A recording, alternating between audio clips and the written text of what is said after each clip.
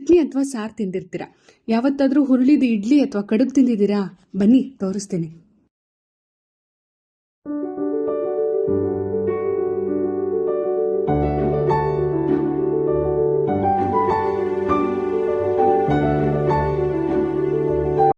ನಮಸ್ತೆ, welcome to Shivamogga kitchen. ಹುರುಳಿ ಇಡ್ಲಿ ಮಾಡೋಕ್ಕೆ ನಾನು ಅರ್ಧ ಪಾವು ಉದ್ದಿನ ಬೇಳೆ ಹಾಗೆ 1 ಪಾವ್ ಆಗೋಷ್ಟು ಹುರುಳಿನ ರಾತ್ರಿನೇ ನೆನೆಸಿಟ್ಕೊಳ್ತಾ ಇದ್ದೀನಿ. ರಾತ್ರಿ ನೆನೆಸಿ ಬೆಳಗ್ಗೆ ರುಬ್ಬಿ ತಕ್ಷಣ ಇಡ್ಲಿ ಮಾಡೋದು. ಇದಕ್ಕೆ ಫರ್ಮೆಂಟೇಷನ್ ಅಗತ್ಯ ಏನೂ ಇರಲ್ಲ. ನೋಡಿ, ಮೊದಲಿಗೆ ಉದ್ದಿನ ಬೇಳೆ ಹಾಕಿ ತೆಗೆದಿಟ್ಕೊಳ್ತಾ ಇದ್ದೀನಿ ರುಬ್ಬಿ ಗ್ರೈಂಡ್ರಲ್ಲಿ. ಅದಾದ್ರ ಮೇಲೆ ಈಗ ಹುರುಳಿನ ಹಾಕಿ ರುಬ್ಬಿ ತೆಗಿತಾ ಇದ್ದೀನಿ. ಈಗ ಅರ್ಧ ಪಾವು ಉದ್ದಿನ ಬೇಳೆ 1 ಪಾವು ಹುರುಳಿ ಅಂದರೆ 1.5 ಲೋಟ ಆಯ್ತು, 1.5 ಪಾವ್ ಆಯ್ತಲ್ವಾ? ಅದೇ ಅಳತೆಗೆ 1.5 ಪಾವಷ್ಟು ರವೆ ಸೇರಿಸ್ಕೊಳ್ಳೋದು. ಇಡ್ಲಿ ರವೆ ಅಥವಾ ಅಕ್ಕಿ ತರಿ ನಿಮ್ ಚಾಯ್ಸ್, ಅದು ಏನ್ ಬೇಕಾದ್ರೆ ಹಾಕೊಳ್ಬೋದು. ಅದೆಷ್ಟನ್ನು ಸೇರಿಸಿ ಉಪ್ಪು ಹಾಕಿ ತಕ್ಷಣನೇ ಸ್ಟೀಮ್ ಮಾಡ್ಬಿಡೋದು. ಇದಕ್ಕೇನು ಫರ್ಮೆಂಟೇಷನ್ ಪ್ರೋಸೆಸ್ ಏನೂ ಇಲ್ಲ, ಕಾಯೋದು ಇರಲ್ಲ. ನೀವು ರಾತ್ರಿಗೆ ಏನ್ ತಿಂಡಿ ಮಾಡೋದು ಅಂತ ಯೋಚನೆ ಮಾಡ್ತಾ ಇದ್ರೆ ಬೆಳಗ್ಗೆ ಎದ್ದು ತಟ್ ಅಂತ ಮಾಡ್ಕೊಬಹುದು ನೆನ್ಸಿಟ್ಬಿಟ್ರೆ. ಅಷ್ಟು ಸುಲಭ. ಈಗ ನಾನು ಒಂದು ಕುಕ್ಕರ್ ಪಾತ್ರೆ ಒಳಗೂ ಹಾಕಿದ್ದೀನಿ ನಿಮಗೆ ತೋರಿಸ್ಬೇಕು ಅಂತ. ಈಗ ಇಡ್ಲಿ ಕಪ್ಗಳಲ್ಲೂ ಹಾಕೊಳ್ತಾ ಇದ್ದೀನಿ.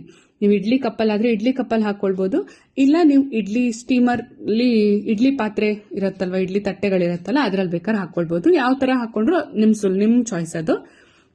ನಾನು ಕಪ್ಪಲ್ಲೂ ಹಾಕೊಳ್ತಾ ಇದ್ದೀನಿ, ಹಾಗೆ ಕುಕ್ಕರ್ ಪಾತ್ರೆಲ್ಲೂ ಹಾಕೊಳ್ತಾ ಇದ್ದೀನಿ. ತುಂಬಾ ಪಾತ್ರೆ ತೊಳೆಯೋಕೆ ರಗಳೆ ಆಗುತ್ತೆ ಅಂತಂದ್ರೆ ಆರಾಮಾಗಿ ಕುಕ್ಕರ್ ಪಾತ್ರೆಯಲ್ಲಿ ಒಂದ್ಸರಿ ಹಾಕ್ಬಿಟ್ರೆ ಅಷ್ಟು ದೊಡ್ಡ ಇಡ್ಲಿ ಆಗುತ್ತೆ, ಅದನ್ನ ಕಟ್ ಮಾಡ್ಬಿಟ್ಟು ತಿನ್ಬಿಡ್ಬೋದು.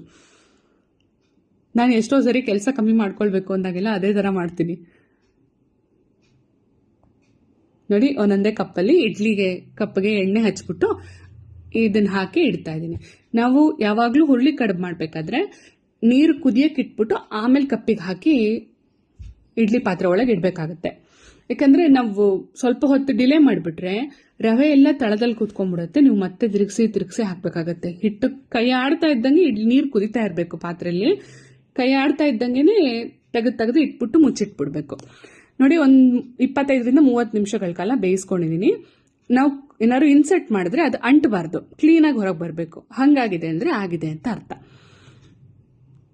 ಈಗ ಹುರುಳಿ ಕಡುಬಾಯ್ತು, ಅದಕ್ಕೊಂದು ಇಂಗಿನ ಚಟ್ನಿ ಮಾಡೋಣ. ತುಂಬಾ ಸಿಂಪಲ್ಲು, ಟೇಸ್ಟ್ ತುಂಬಾ ಚೆನ್ನಾಗಿರುತ್ತೆ. ನಮ್ಮನೇಲೂ ಎಲ್ಲರಿಗೂ ಇಷ್ಟ ಆಗುತ್ತೆ, ಟ್ರೈ ಮಾಡಿ ನೋಡಿ. ಅದಕ್ಕೆ ಹಸಿಮೆಣಸಿನ್ಕಾಯಿ, ನೀವು ಎಷ್ಟು ಖಾರ ತಿಂತೀರೋ, ನಿಮ್ಮ ಮೆಣಸಿನ್ಕಾಯಿ ಎಷ್ಟು ಖಾರ ಇದೆಯೋ ಅದಕ್ಕೆ ತಕ್ಕಂಗೆ ನೋಡ್ಕೊಂಡು ಹಾಕೊಳ್ಳಿ. ನಾನಿಲ್ಲಿ ಹಸಿಮೆಣಸಿನ್ಕಾಯಿ ಹಾಕೊಂಡಿದ್ದೀನಿ. ಅದಕ್ಕೆ ಸ್ವಲ್ಪ ಹುಣಸೆ ಹಣ್ಣು ಚೂರು ಮುಂದೆ ಇದ್ರೆ ಚೆನ್ನಾಗಿರುತ್ತೆ. ಚೂರು ಜಾಸ್ತಿ ಹಾಕೊಂಡ್ರೆ ಹುಣಸೆ ಹಣ್ಣು ರುಚಿಯಾಗಿರುತ್ತೆ. ಏನೂ ಇಲ್ಲ, ಸಿಂಪಲ್.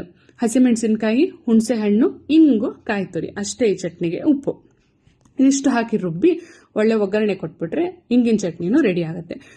ಹುರುಳಿ ಇಡ್ಲಿ ಜೊತೆಗೆ ಇಂಗಿನ ಚಟ್ನಿ ತಿನ್ನೋಕೆ ಮಾತ್ರ ಭಾರಿ ಚೆನ್ನಾಗಿರುತ್ತೆ. ಕೊಬ್ಬರಿ ಎಣ್ಣೆ ಹಾಕೊಂಡು ತಿನ್ನೋರಾದ್ರೆ ಇನ್ನೂ ಚೆನ್ನಾಗಿರುತ್ತೆ. ನೀವು ಕೊಬ್ಬರಿ ಎಣ್ಣೆ ತಿನ್ನಲ್ಲ ಅಂದ್ರೆ ತುಪ್ಪನೂ ಹಾಕೊಂಡು ತಿನ್ಬೋದು. ಹಾಗೆ ಯಾರ್ಯಾರು ಸಬ್ಸ್ಕ್ರೈಬ್ ಮಾಡ್ಕೊಳ್ಳದೆ ನೋಡ್ತಾ ಇದ್ರೆ ದಯವಿಟ್ಟು ಸಬ್ಸ್ಕ್ರೈಬ್ ಮಾಡ್ಕೊಂಡು ನೋಡಿ, ಸಪೋರ್ಟ್ ಮಾಡಿ. ಹಾಗೆ ನಿಮ್ಮ ಕಮೆಂಟ್ಸು, ನಿಮ್ಮ ಲೈಕ್ಸು ನಮಗೆ ಇನ್ನೂ ಮೋಟಿವೇಶನ್ ಸಿಕ್ಕಾಗತ್ತೆ ನೆಕ್ಸ್ಟ್ ವಿಡಿಯೋಗಳು ಮಾಡೋಕ್ಕೆ. ಇನ್ನೂ ಯಾವ್ಯಾವ ತರ ರೆಸಿಪಿ ಬೇಕು ಅದನ್ನೂ ಎಲ್ಲ ಶೇರ್ ಮಾಡಿ, ನಾವು ಅದನ್ನೂ ಎಲ್ಲ ಕವರ್ ಮಾಡೋಕ್ಕೆ ಟ್ರೈ ಮಾಡ್ತೀವಿ. ನೋಡಿ, ಚಟ್ನಿನೂ ಆಯ್ತು. ಇವಾಗ ಕಡುಬು ಆಗಿದೆ. ಈಗ ಬಿಸಿ ಬಿಸಿಗೆ ಎಣ್ಣೆ ಅಥವಾ ತುಪ್ಪ ಹಾಕೊಂಡು ತಿಂದ್ರೆ ಅದರ ರುಚಿನೇ ಬೇರೆ.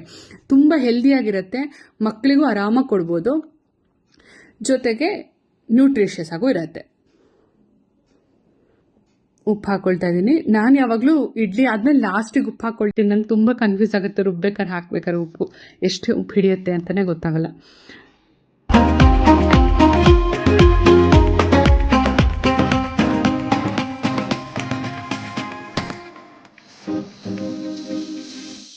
ಯಾರ್ಯಾರು ಸಬ್ಸ್ಕ್ರೈಬ್ ಮಾಡ್ಕೊಳ್ಳದೆ ನೋಡ್ತಾ ಇದ್ದೀರಾ, ದಯವಿಟ್ಟು ಒಂದ್ಸರಿ ಸಬ್ಸ್ಕ್ರೈಬ್ ಬಟನ್ ಹಿಂಗೆ ಪ್ರೆಸ್